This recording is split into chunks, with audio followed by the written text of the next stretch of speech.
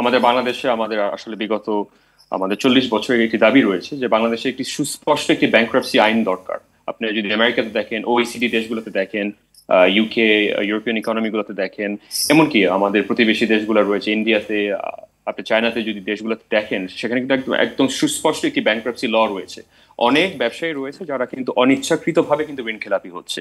তাদেরকে আপনার ইচ্ছাকৃত ঋণ খেলাপির সাথে এক কাতারে যদি আপনি রেখে যদি মাপকাঠিতে যদি আপনি রাখেন, তাদের সাথে এটা চরমভাবে একটি অন্যায় হবে। বিশেষ করে যারা আসলে ব্যাংকের অর্থ নিয়ে জামানত রেখে বাংলাদেশের শিল্পে বাংলাদেশে এখানে বিনিয়োগ করেছে, তাদের সাথে এটা অন্যায় হয়ে যাবে। বর্তমানে যে চাপটা বর্তমানে আমাদের ব্যবসায়ীদের উপরে প্রয়োগ করা হচ্ছে, যেটা আমি মনে করি অ্যাবসলিউটলি আনফেয়ার।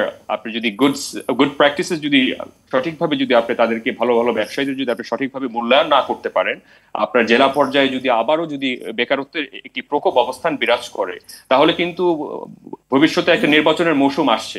এবং আপনারা জানবেন যে বাংলাদেশে আমাদের আমাদের যে বর্তমানে যে বিভাজনের যে রাজনীতি বর্তমানে বাংলাদেশে বিরাজ করছে, যারা পরাজিত তারা কিন্তু অবশ্যই তারা চেষ্টা করবে এখানে বাংলাদেশের অর্থনীতিটাকে অস্থিতিশীল করতে। অতীতে আমরা দেখেছি, বর্তমানেও দেখছি, ভবিষ্যতে আমরা দেখবো।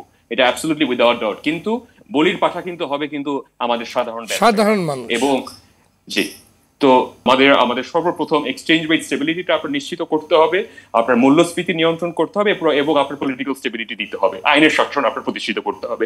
তা না হলে বাংলাদেশে আপনার বিনিয়োগ সংকোচন হবে, ব্যাপক বেকারত্ব সৃষ্টি হবে, আরো এবং আরো একটি ভয়ঙ্কর একটি রাজনৈতিক সংকটে পড়ার আমি একটি আশঙ্কা করছি।